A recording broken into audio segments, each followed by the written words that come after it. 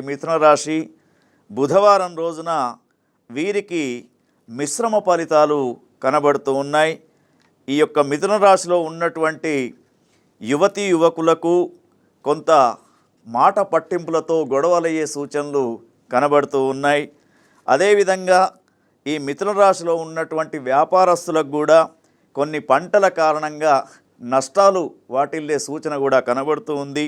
కాబట్టి మీరు చాలా జాగ్రత్తగా వ్యాపారాలు చేయడం అవసరం.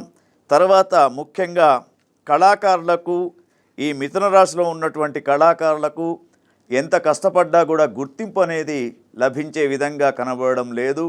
వీరికి ఒక సూచన ఏమిటంటే, ఈ 11వ తేదీన నరసింహ జయంతి ఉంది కాబట్టి నృసింహస్వామి ఆరాధన, అదేవిధంగా 22వ తేదీన హనుమాన్ జయంతి వస్తూ ఉంది కాబట్టి హనుమంతుని యొక్క ఆరాధన చేస్తే వీళ్ళకు అనుకూలంగా ఉంటుంది.